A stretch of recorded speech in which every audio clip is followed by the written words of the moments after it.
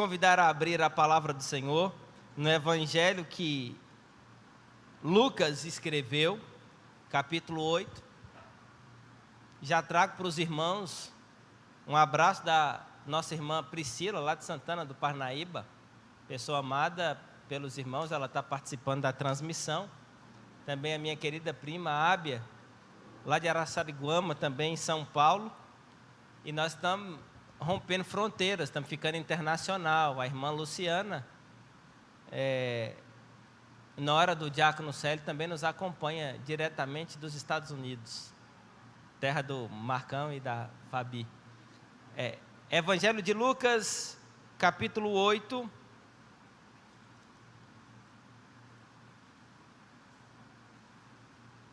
Versos 22 a 25, um texto extremamente conhecido. Virá para nós como um refrigério e um bálsamo, principalmente nós que temos apanhado constantemente domingo após domingo, quinta após quinta, terça após terça. Os irmãos encontraram? Evangelho de Lucas, capítulo 8, a partir do verso 22. Diz o seguinte, o texto sagrado: Aconteceu que num daqueles dias entrou ele num barco em companhia dos seus discípulos e disse-lhes: Passemos para outra margem do lago. E partiram. Enquanto navegavam, ele adormeceu. E sobreveio uma tempestade de vento no lago, correndo eles o perigo de sossobrar. Chegando-se a ele, despertaram-no, dizendo: Mestre, mestre, estamos perecendo. Despertando-se Jesus, repreendeu o vento e a fúria da água. Tudo cessou e veio a bonança. Então lhes disse: Onde está a vossa fé? Eles, possuídos de temor e admiração, diziam uns aos outros: Quem é este que até aos ventos e às ondas repreende e lhe obedecem? Que mais uma vez achemos graça diante do Senhor para que entendamos a sua palavra. Não sei se você já passou por alguma circunstância de perigo. Quem já passou, não esquece. E eu vou compartilhar com os irmãos e peço licença para compartilhar uma experiência que foi um tanto quanto perigosa. Eu, passeando em Porto Seguro, decidi fazer o famoso passeio de chalana, uma embarcação pequena e que o intento seria conhecer Coroa Alta, os corais. A gente então sai e estava um belo dia de sol, e como acontece em alguns dias na praia, começou a ficar tudo escuro. E parecia que já estava anoitecendo, as nuvens começaram a se juntar, começou a ficar escuro. E eu comecei a olhar para a margem indo embora, e chegou um dado momento que a turma até celebrou que a gente estava em alto mar. Estar em alto mar é uma experiência boa se você estiver numa boa embarcação. E se você não tiver com aquele tempo do jeito que estava, nublado, fechou tudo e, como se não bastasse, começou a chover. E eu estava conversando com um pastor, inclusive do Paraná, e quando começou a chover e as ondas foram aumentando o tamanho, e que você olhava para um lado e não via margem nenhuma, olhava para o outro e não via, e as ondas eram mais altas que a embarcação. Então ela levantava a embarcação, quando a embarcação descia, vinha uma outra onda, e eu virei para o pastor e falei: santo pastor, vamos lançar sorte. Vamos ver quem está em pecado. Quem tiver em pecado, a gente lança no mar. A gente conhece essa história, já teve uma história assim na Bíblia. E olhava para um lado, olhava para o outro e nada. E uma pessoa começou a passar mal. E para piorar, o moço que estava animando a embarcação com o microfone na mão sumiu, e daqui a pouco ela aparece com o olho esbuguelado. Estava com mais medo do que todo mundo. Ele seria o responsável pela embarcação. Imagine quando você confia em alguém e fala: não, esse aqui. E aí quando você vê que ele está mais desesperado que você, aí você piora. Eu passei por essa circunstância e imagino que esses discípulos aqui passaram. Talvez um momento de aperto e de dificuldade.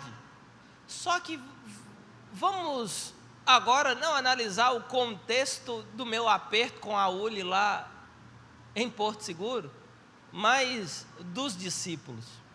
Eles haviam sido orientados, se você olhar nos versículos imediatamente anterior, a parábola do semeador. Jesus comunica que a eles, aqueles seus discípulos, pessoas próximas, foi dado a conhecer o mistério do reino de Deus. Jesus está falando para aqueles discípulos, e eles aprenderam a parábola da candeia, da semente, do grão de mostarda. Quando Jesus compartilha estas parábolas com estes seus discípulos, eles presenciam não apenas o ensino de Jesus, mas eles presenciam diante dos olhos deles milagres. Pode ser, a Bíblia não relata isso, mas pode ser que a essa altura, alguém acompanhando Jesus, vendo a realização de tantos milagres, Jesus compartilhando tantos ensinos, Jesus agora transformando o que era mistério em revelação a eles, comunica fé. Eles então poderiam muito bem ter pensado: nós chegamos num patamar de graduação da fé. Jesus nos comunicou o que é ter fé. Nós estamos acompanhando o dia a dia de Jesus. Agora, nós não estamos mais com os olhos obscurecidos, mas nós discernimos, não somos como os escribas. Não somos, talvez, como os profetas do Antigo Testamento, que não tinha a revelação completa. Agora está diante de nós a maior revelação de Deus, Jesus, operando sinais e milagres e nos comunicando a fé. Antes de dormir, Jesus então dá uma ordem aos seus discípulos, e esta ordem, ela tem um tom de promessa, quando ele diz: nós chegaremos ou passemos a outra margem. Irmãos, esse grande lago aqui, que alguns chamam de Mar da Galileia, é até hoje uma fonte de vida para Galileia e para Jerusalém como um todo. E é um grande lago, não é um mar de água salgada. A cadeia montanhosa de Monte Hermon recebe orvalho, esse orvalho derrete, vem no vale de Ula, que deságua no Mar da Galileia. Esse Mar da Galileia, que é o grande lago, tem aproximadamente 12 quilômetros de largura por 24 quilômetros de comprimento. É um grande lago. E os discípulos então estão numa travessia. Jesus dá ordem num tom de promessa: passemos a outra margem, ou seja, nós chegaremos a outra margem. Isso deveria ter animado os seus discípulos, isso deveria ter fortalecido os seus discípulos, eles deveriam ter se agarrado com as promessas, ou com a ordem, a promessa de Jesus. Eles tinham acabado de aprender a respeito de fé, agora era colocar em prática. No entanto, quais eram as circunstâncias? O mar bravio, o mar começa a se agitar. O mar da Galileia, ele fica 200 metros abaixo do nível do mar. Então, essas tempestades, elas são comuns quando há o encontro de uma massa de ar quente com massa de ar frio. Ele começa a ter ondas e a corrente de vento também é muito forte. As circunstâncias agora eram circunstâncias desfavoráveis aos discípulos. Olha para Jesus, para o mestre, ele está fazendo o quê? Dormindo. Olha para o mar, está bravio. O vento solapa a embarcação. Então os discípulos ficaram amedrontados. Qualquer um nessa situação ficaria amedrontado. Mas Jesus não se abalou em nada, ele continuou a dormir. Estava dormindo. O problema que se apresenta aqui não é o mar bravio, tampouco a tempestade. O problema aqui que acontece aos discípulos não era exógeno, não era externo, não eram as circunstâncias. Sabe qual é o maior problema que nós encontramos aqui? Estava dentro dos discípulos, estava no coração deles.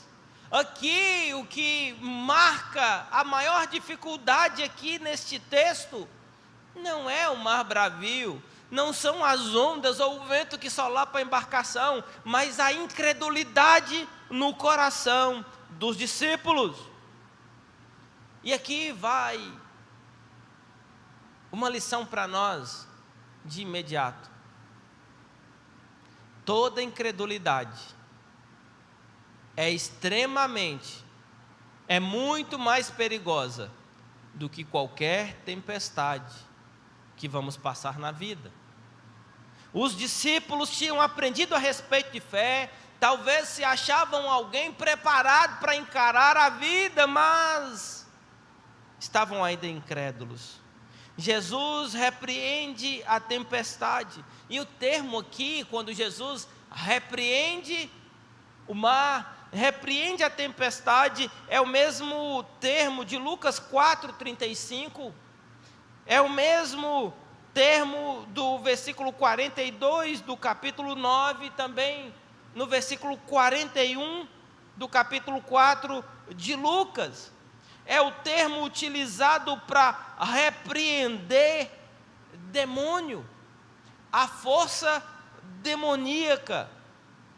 Alguns vão dizer que essa tempestade, inclusive, pode ter sido uma ação do inimigo, porque logo em seguida, qual é o texto imediatamente posterior que nós encontramos aí? Jesus vai para Gadara, Gadara dos Gadarenos, onde ele vai encontrar um homem possesso, o endemoniado de Gadara, e vai libertá-lo. Mas Jesus repreende e acalma o mar. E após cessar o vento, é comum as ondas continuarem bravias. Acabou o vento, as ondas continuam. Mas não. O episódio relata Lucas que cessou o vento e o mar também ficou calmo e tranquilo. Tudo pareceu tranquilo. Você sabe mais do que ninguém esse episódio bíblico. Qual é a ideia nossa então? Extrair dele algumas lições para nós. Primeira lição que nós podemos ter aqui com esse episódio é que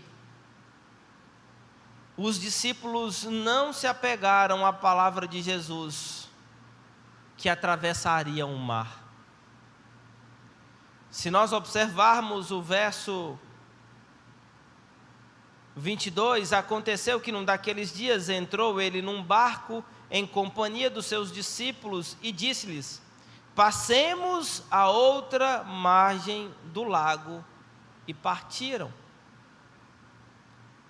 Eles não se apegaram à promessa de Jesus, embora eles soubessem o poder que Jesus tinha, embora eles pertencessem ao reino de Deus, porque o que era mistério deixou de ser mistério e passou a ser revelação, embora eles tivessem aprendido a respeito de fé, diante dos olhos deles aconteceram vários milagres.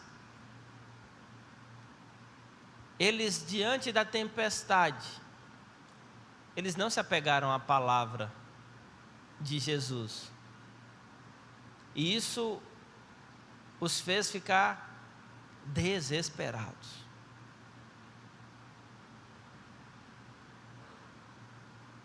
Ter a palavra de Jesus, conhecer o Evangelho, saber que Ele opera milagres, aprender a respeito de fé, não é suficiente para que nós não tenhamos medo das circunstâncias.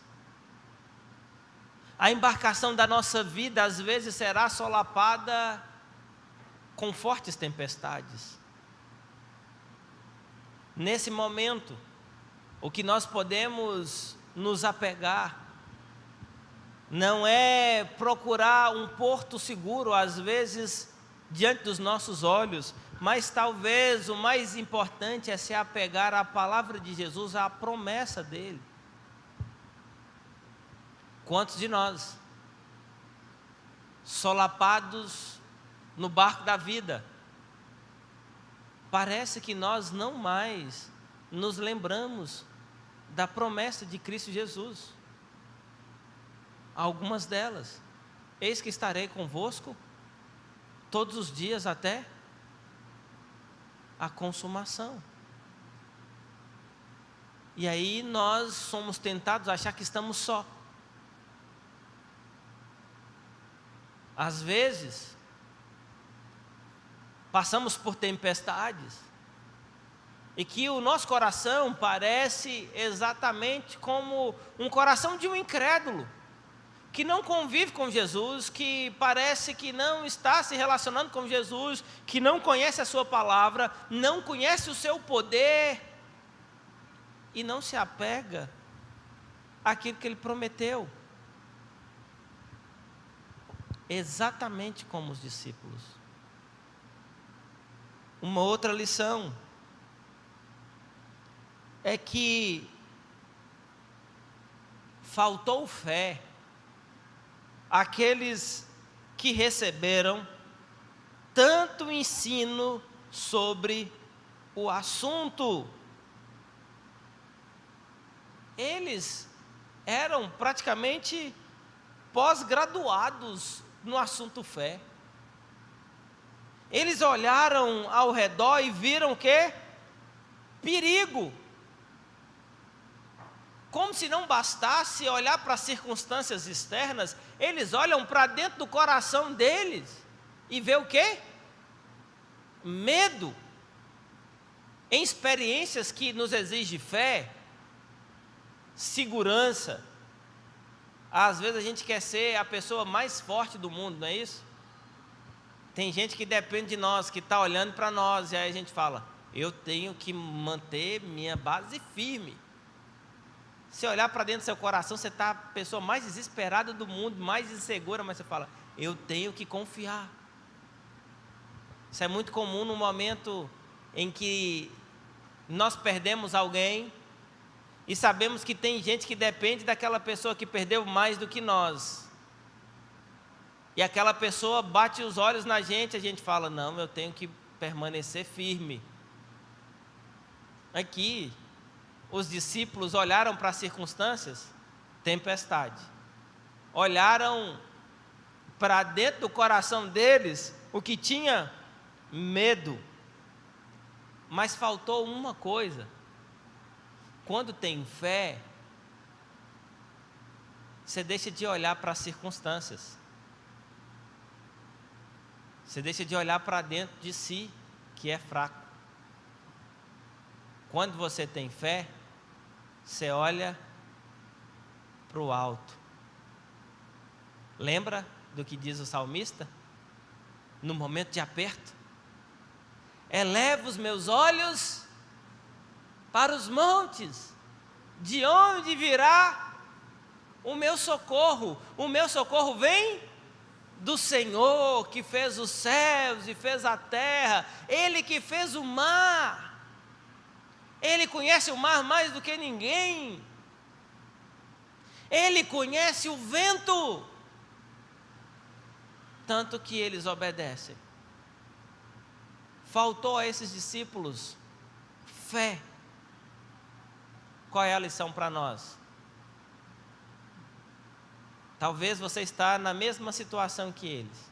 Se alguém te perguntar, você fala, ninguém sabe mais de Bíblia do que eu.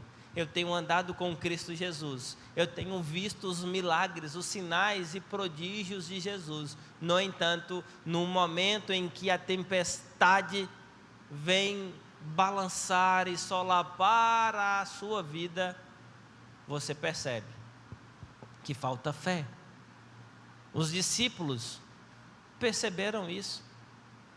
E esse não foi o único episódio. Lembra de uma oração deles? Eles oraram pedindo o quê? Senhor, aumenta-nos a fé. Se você está precisando de fé, clame ao Senhor. Peça a Ele para que te faça não olhar para as circunstâncias, nem para dentro do seu coração, da sua vida, mas olhar para o autor e consumador da sua fé. Aqui está claro que a fé e o medo não conseguem residir no mesmo coração. Quem tem fé, caminha como se tivesse doido, louco. Você já viu alguém com muita fé? Você fala, não é normal. Não tem medo de correr alguns riscos. Não tem medo de começar uma obra e não ter dinheiro no final para não pagar.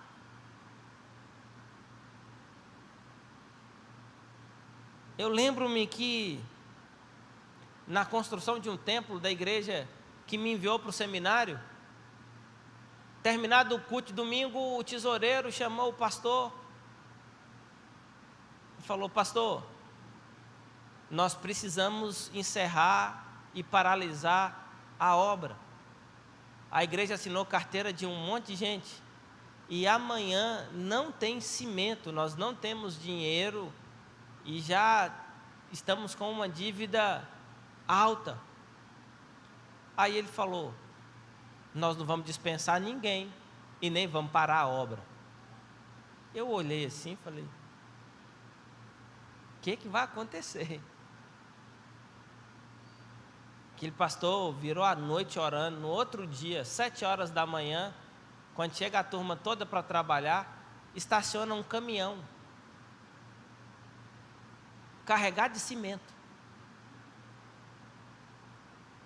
O engenheiro, ele não era crente, ele se converteu com tamanha prova de fé. Ele falou, não tem condição de um negócio desse. O engenheiro começou a ter contato com Jesus depois que ele foi vendo milagre atrás de milagre, Deus realizando na obra, e a obra continuou. Qualquer um viraria para aquele pastor e falou, você é louco. Mas você olhava para ele, ele estava calmo, sereno e tranquilo, porque no coração dele residia a fé. E se ele tinha fé no coração, não teve espaço para o medo. Ele foi com coragem. E Deus honrou a sua fé. Que você confie em Deus. Tenha fé. E se está faltando, ore. Senhor, aumenta a minha fé. Uma outra lição que nós podemos aprender aqui com este episódio é que a presença de Jesus no barco não significa a ausência de lutas, de dificuldades, ou que a nossa fé não será testada. Qual é a lição para nós?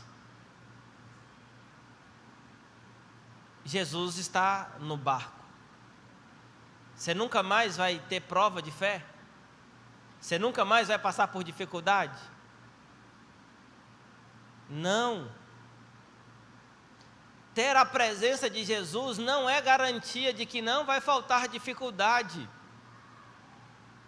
Muito pelo contrário. Ter Jesus do lado é garantia de que nós seremos aprovados. Mas o que não vai faltar é prova, provação. Por isso que Tiago, o irmão de Jesus, vai dizer: tente por motivo de toda alegria o passar por variadas provações em todas as áreas da sua vida, porque a provação vai ter uma ação completa em nós, vai nos fazer perfeitos e íntegros e sem defeito algum. É a maneira que Deus tem de nos conceder sabedoria. Se você está na igreja, se você conhece Jesus, se você tem fé, ainda que ela seja pequena, mas as circunstâncias da vida têm solapado a sua embarcação, você olha para as circunstâncias, vê tempestade, vê muita coisa, você olha para dentro de você, vê uma fé pequena ou quase nada de fé, você é convidado então a olhar para o alto, para o autor e consumador da nossa fé, e não achar que o fato de ter Jesus na sua vida e no seu coração te garante uma vida só de bonança, sem provação. Tem gente que às vezes faz o papel dos amigos de Jó. Alguém que está enfermo, logo é aconselhado por alguém falando: olha, você precisa orar mais e ler a Bíblia e se santificar, porque se você está enfermo é porque você está em pecado. Como se fosse proibido, como se não fosse compatível com a fé cristã nós passarmos por dificuldades, e toda sorte de dificuldades, quer sejam elas financeira, quer seja na área da saúde, quer seja nos relacionamentos, no trabalho. Nós seremos afligidos neste mundo. Jesus foi extremamente sincero conosco: no mundo tereis aflição, mas tende bom ânimo.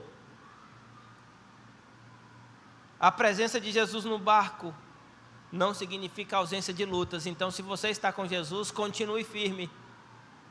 Se vierem lutas, agarre a fé, a promessa que Ele te fez.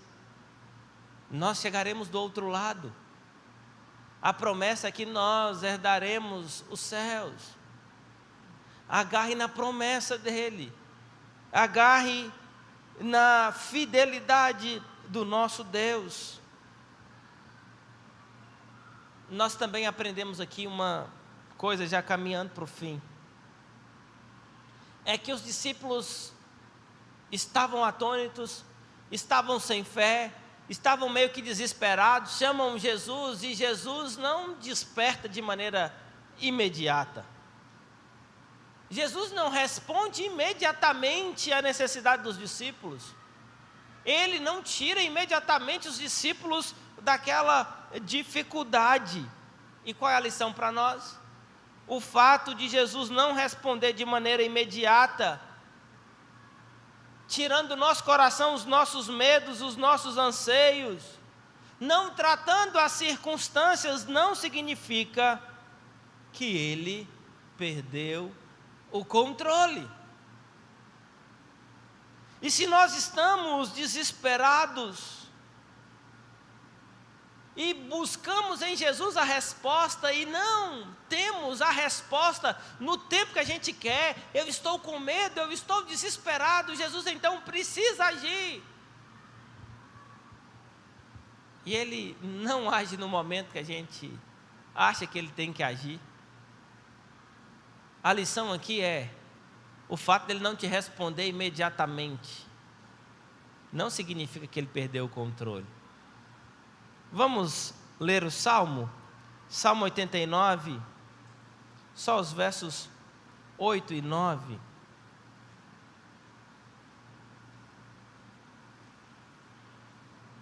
Para nós entendermos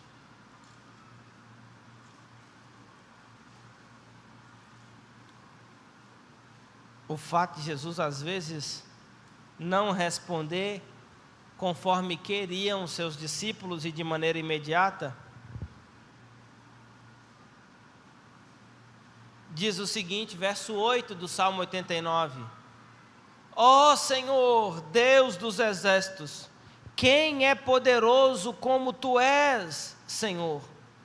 Com a Tua fidelidade ao redor de Ti, dominas a fúria do mar, quando as suas ondas se levantam, Tu as amainas.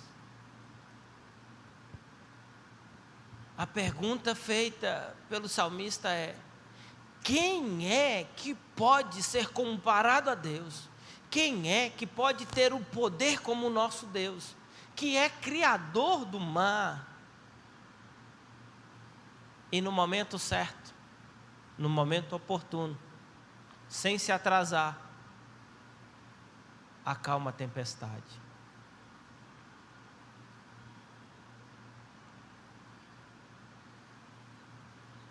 Eu disse aqui para os irmãos que a irmã Luciana está nos acompanhando lá dos Estados Unidos, uma jovem de 27 anos, e talvez a embarcação dela foi solapada, porque ela teve um diagnóstico de câncer aos 27 anos de idade.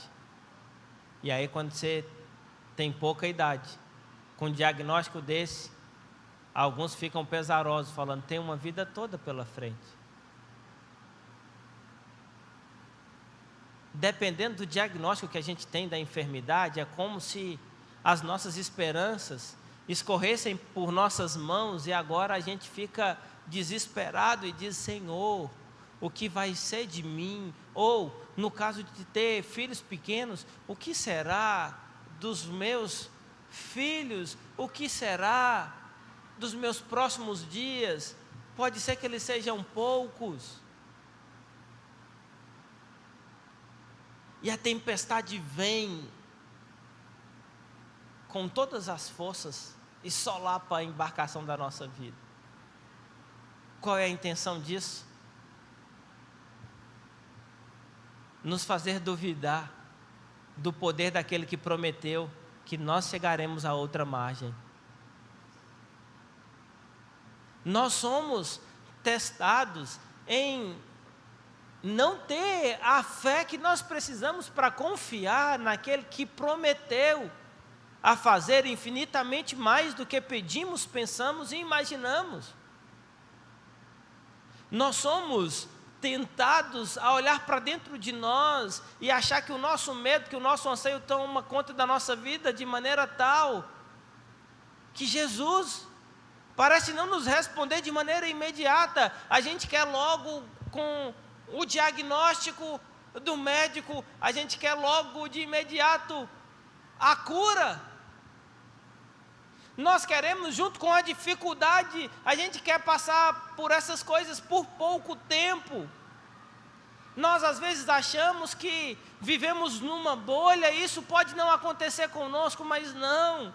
Os discípulos de Jesus, aqueles que estavam com Ele, que aprenderam a respeito de fé, que viram milagres acontecendo, estavam com Jesus, o Criador de todas as coisas, aquele que criou o mar, aquele que tem tudo nas suas mãos. Agora, vem sua vida correndo perigo. O medo ali não era outro senão de morrer. E no final, qual foi a lição? Eles aprenderam a confiar em Deus. Eles aprenderam a confiar em Cristo Jesus. Eles aprenderam a confiar não apenas a embarcação ou as circunstâncias, mas a vida deles. Eles largaram tudo e agora estavam seguindo Jesus. Eles não tinham certeza se iam comer no outro dia ou o que iam comer. Eles não sabiam onde iam repousar, mas eles tinham a certeza, em todos esses testes, que dia após dia eles experimentariam a provisão de Deus. Mas o mais interessante é que eles se entregaram sem reservas. A mensagem de hoje para as nossas vidas é: confie no Senhor. Ele controla todas as coisas. Ele controla não apenas as questões externas, mas Ele pode controlar o seu coração.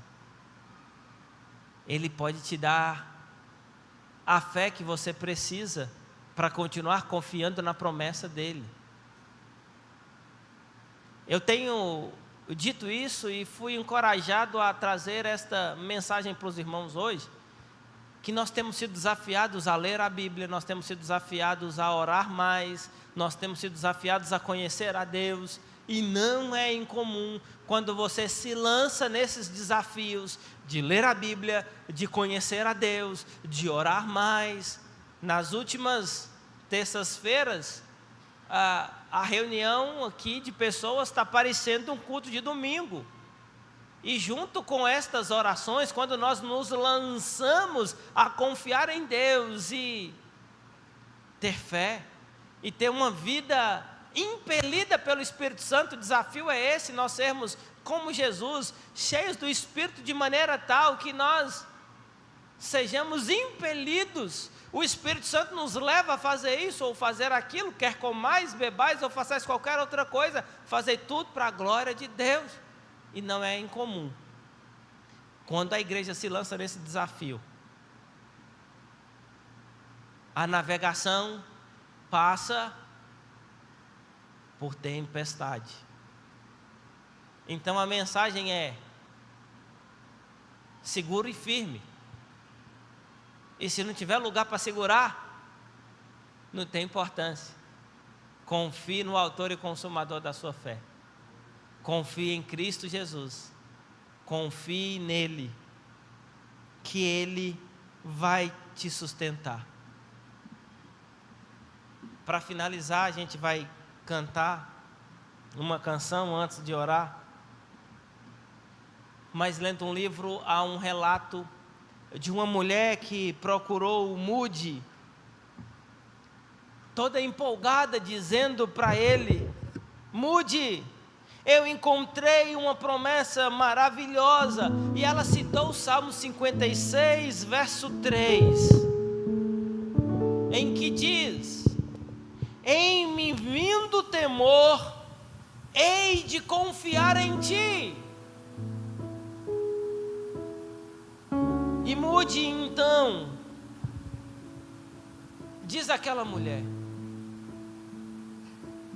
se você encontrou essa promessa no Salmo 56, verso 3, se te vier temor, você há de confiar em Deus. Permita-me então compartilhar contigo uma promessa nos dizeres de Moody ainda melhor do que aquela. E aí Moody então cita para aquela mulher cheia de temor, que agora aprendera a confiar em Deus, Isaías capítulo 12, verso 2. em que diz: eis que Deus é a minha salvação, confiarei e não temerei.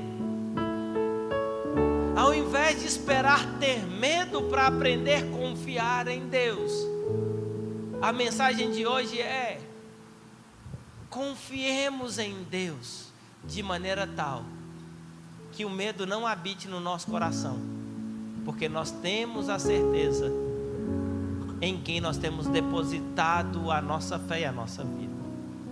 Vamos cantar o hino 252?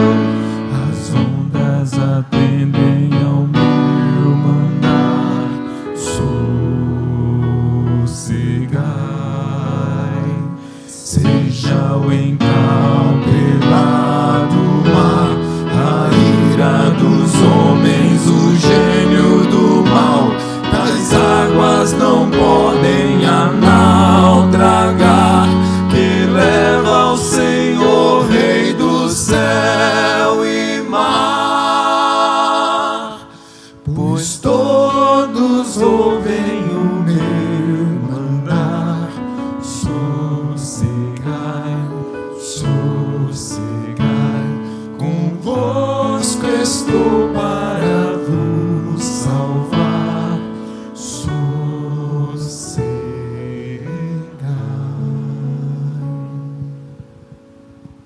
Senhor Deus e Pai, perdoe-nos os momentos em que a nossa fé titubeou. E nós, ó Deus, pensamos em um momento que a embarcação da nossa vida iria naufragar. E o medo tomou conta da nossa vida. Ah, Deus, se há alguém entre nós que está sendo tentado a olhar para as circunstâncias, para o mar bravio, para o vento, ou por qualquer outra coisa, ó Deus, externa, olhando também para dentro do nosso coração, ó Deus, perdoe-nos, nos faça continuar confiando no Senhor, quer seja um diagnóstico de enfermidade, quer seja uma dificuldade ou uma necessidade na provisão do Senhor. Ah, Deus, que nós tenhamos a certeza e a convicção de que não é nos nossos méritos, mas nos méritos daquele que prometeu, que não é apenas fiel, é fidelíssimo. Por isso, ó Pai, cuide da Igreja Presbiteriana Betânia, cuide de cada um dos teus filhos e filhas, sustente, Deus, para que, ao levantar os olhos para os montes, que o nosso socorro venha do Senhor, que fez os céus, que fez a terra, que fez o mar, e o mar lhe obedece. Que estejamos seguros, ó Deus, que independente da tempestade que formos enfrentar, nós chegaremos seguros na outra margem. Que o Senhor nos conduza nesse caminho, ó Deus, nos sustentando em todo o tempo. E agora que o amor de Deus, o nosso eterno e bom Pai, a graça salvadora e sustentadora de Cristo Jesus, o nosso Senhor, as doces, eternas consolações, bem como os dons do Espírito Santo de Deus, repouse sobre a Igreja Presbiteriana Betânia, bem como sobre todo o povo de Deus, espalhado na face da terra, em nome do Pai, do Filho e do Espírito Santo. Amém.